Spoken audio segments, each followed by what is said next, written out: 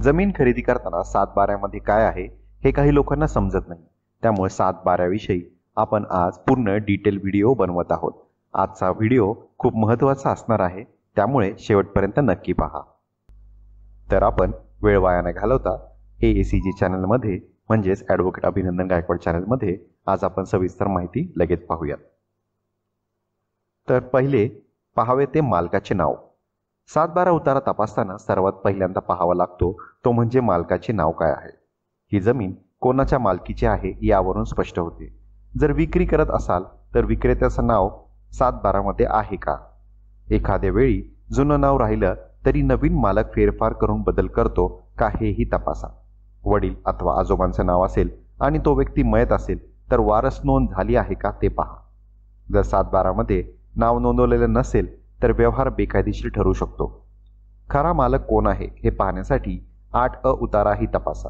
कधी कधी बनावट नावाने फेरफार केला जातो, त्यामुळे सावधगिरी बाळगा. एका उदाहरणाने पाहूया.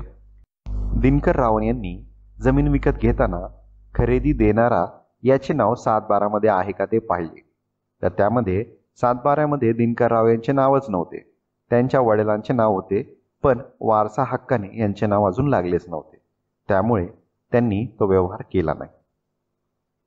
2. गट क्रमांक सर्वे नंबर. जमिनीचा गट क्रमांक किंवा सर्वे नंबर हा तिची ओळख सांगतो. हा नंबर म्हणजे त्या जमिनीचा युनिक आयडेंटिफायर आहे. ज्याच्या नावाने तुम्ही जमीन खरेदी करता त्या कागदपत्रावर असलेला नंबर आणि 7/12 नंबर जुळतो का ते तपासा. अनेक वेळा एकाच गटात अनेक हिस्से असतात, म्हणून अचूक माहिती घेणे अत्यंत गरजेचे आहे. सामान्य नागरिक कधी कधी गट क्रमांक एखादा डिजिट म्हणजे उदाहरण म्हणून 100 तीच जमीन समजतात, पण त्याच वेगवेगळे भाग असतात. त्यामुळे जमिनीचा नकाशा आणि सर्वे रिपोर्ट बघणं देखील महत्त्वाचं आहे. गावातील अनेक जमिनींचे गट क्रमांक एकसारखे असू शकतात, पण त्या वेगवेगळ्या ठिकाणी असतात, म्हणून चुकीचा नंबर पाहून व्यवहार घेऊ नये याची काळजी घ्यावी. 3रा मुद्दा, क्षेत्रफळ. जमिनीचे एकूण क्षेत्रफळ म्हणजे ते किती एकर, हेक्टर, आर मध्ये आहे हे दाखवलं जातं. 7/12 क्षेत्र हेक्टर आर पद्धतीने दिलेलं असतं. उदाहरणार्थ 1.25 हेक्टर. ही मोजणी शेवट कधी झाली होती हे अचूक आहे का हे तपासणं गरजेचं आहे. जमिनीचा व्यवहार करताना क्षेत्र कमी जास्त असणं खूप महागात पडू शकतं. अनेकदा जमिनीचा काही भाग रस्त्याला किंवा ओढ्याला लागलेला असतो, तो वापरात नसतो, पण 7/12 पूर्ण क्षेत्र दाखवलं जातं. ही बाब समजून घ्या. अस्सल मोजणी नकाशा आणि जमीन पट्टा मिळवून तो 7/12 जुळतो का ते पहा. जर क्षेत्र कमी असेल तर विक्रेता अधिक दाखवू शकतो, ज्यामुळे साक्षांकित मोजणी आवश्यक आहे. एका उदाहरणाने पाहूया. सोनालीने खरेदीच्या वेळी 2 हेक्टर क्षेत्र दाखवलं होतं, प्रत्यक्षात मात्र 1.80 हेक्टर निघालं. ते अडकली. हे टाळण्यासाठी क्षेत्रफळ नकाशासह पडताळा करणे आवश्यक आहे. 4था मुद्दा, फेरफार क्रमांक, म्युटेशन एंट्री नंबर. फेरफार म्हणजे जमिनीच्या मालकीत किंवा वापरामध्ये झालेला कोणताही बदल. विक्री, वारस, गहाण, विभाजन, दान यामुळे फेरफार होतो. 7/12 हा फेरफार क्रमांक आणि त्याची तारीख दिलेली असते. ही माहिती तपासल्याने त्या जमिनीवर अलीकडे काय बदल झाला आहे ते कळते. जमिनीची नवी मालकी नोंद झाली आहे का, जुना व्यवहार रद्द झाला आहे का हे यावरून समजतं. कधी कधी फेरफार प्रक्रिया अर्धवट असते, त्यामुळे कागदपत्र सादर झाल्याचं फक्त नमूद असतं. फेरफार नोंदणी पूर्ण झाली आहे का, त्याचा नंबर आहे का हे पाहणं अत्यावश्यक आहे. इथे आपण एक उदाहरणाने पाहूया. गंगाराम यांचा फेरफार क्रमांक 157 दिनांक 5/6/2023 असा आहे. यावरून मालकी हस्तांतरण झाल्याचं समजतं. जर हा नंबर नसल्यास फेरफार प्रक्रियेत अडचण असू शकते. संपूर्ण व्यवहार होण्यापूर्वी हा नंबर तपासणं सुरक्षिततेसाठी उपयुक्त ठरतं. 5वा मुद्दा, पीक माहिती. 7/12 शेतीच्या हंगामानुसार कोणतं पीक घेतलं गेलं आहे हे लिहिलेलं असतं. खरीप किंवा रब्बी हंगामात कोणकोणती पिकं घेतली हे तलाठी नमूद करतात. या माहितीतून समजतं की जमिनीचा उपयोग खरंच शेतीसाठी होतोय का. पीक नोंदी असल्यामुळे सरकारी अनुदान, बियाणे वाटप आणि विमा योजनांचा लाभ मिळतो. कधी कधी बोगस पीक माहिती दाखवून योजना घेतली जाते, याची खबरदारी घ्या. पीक माहिती नसल्यास जमीन पडीक किंवा शेती न करत असल्याचं दर्शवतं. बँकेसाठी कर्ज घेताना पीक प्रकार विचारला जातो, म्हणून अचूक माहिती आवश्यक आहे. उदाहरण म्हणून बघूया आपण. श्रीराम यांचं 7/12 हरभरा प्लस गहू पीक दाखवलं होतं. त्यांनी पीक विमा घेतला. जर पीक माहिती चुकीची असेल तर विमा दावाही नाकारला जाऊ शकतो. 6वा मुद्दा, जमिनीचा प्रकार. Types of land. सातबाऱ्या उतार्यावर जमिनीचा प्रकार नमूद केलेला असतो, जसे कोरडवाहू, बागायती, जिरायती इत्यादी. ही माहिती अत्यंत महत्त्वाची आहे, कारण जमिनीचा प्रकार उपयोग मर्यादा ठरवतो. कोरडवाहू जमीन ही सिंचन विना शेतीसाठी वापरली जाते. जर बागायती जमीन ही पाण्याने सिंचित असते. तसेच काही जमिनी वर्षाची म्हणजे फॉरेस्ट, गोविंद शिवार, गायरान अशा प्रकारात येतात. त्या खरेदी करता येत नाही. शासनाने आरक्षित केलेल्या जमिनीची खरेदी विक्री बेकायदेशीर ठरते. घरे बांधण्यासाठी नॉन ॲग्रिकल्चर परवानगी लागते, ती दिली आहे का ते पहा. शेतीचा प्रकार चुकीचा दाखवून गैरवापर केल्यास दंडात्मक कारवाई होऊ शकते. एक उदाहरणाने पाहूया.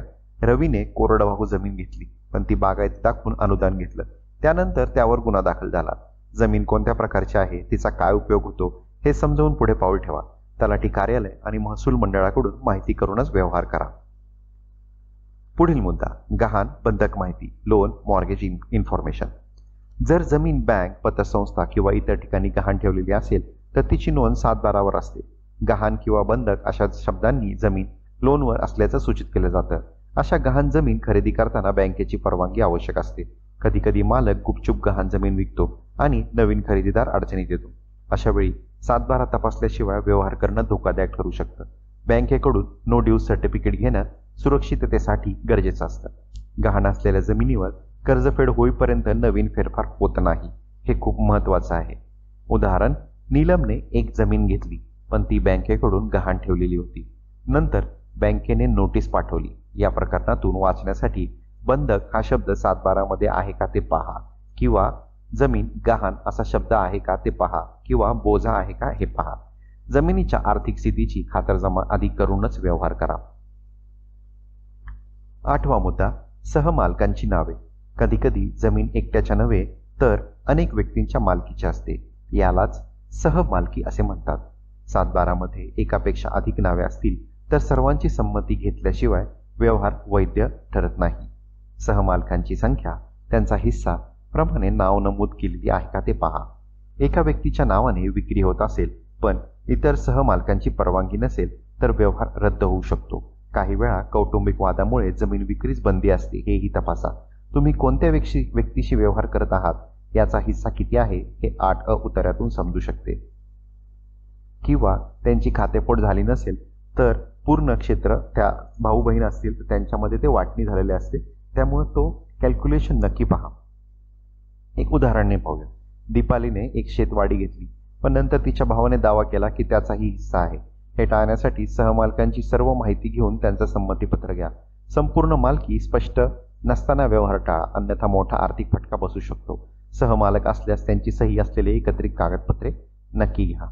याबद्दल तुम्हाला कोणतीही अधिक माहिती हवी असल्यास तुम्ही माझा कॉन्टॅक्ट करू शकता.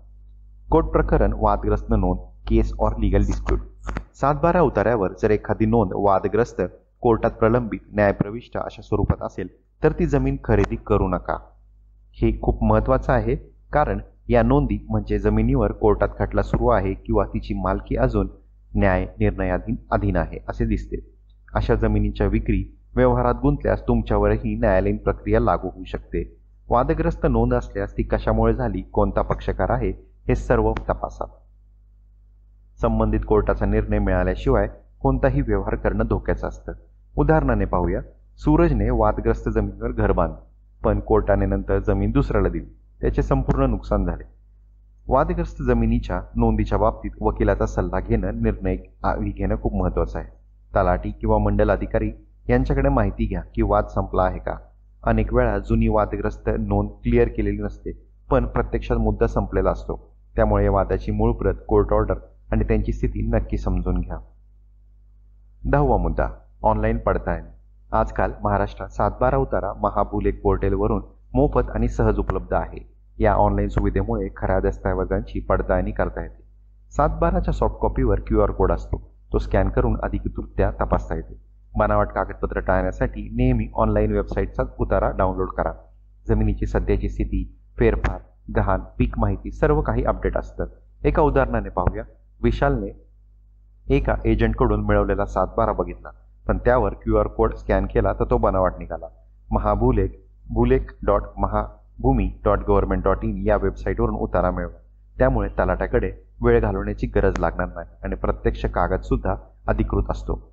ऑनलाईन उतार्याच्या PDF प्रिंट घेऊन त्यावर फेरफार, नाव, क्षेत्रफळाची सर्व माहिती खातरजमा करता येते. त्यामुळे व्यवहार सुरक्षित राहतो आणि फसवणुकीपासून बचाव होतो. तर आज आपण येथेच थांबूया.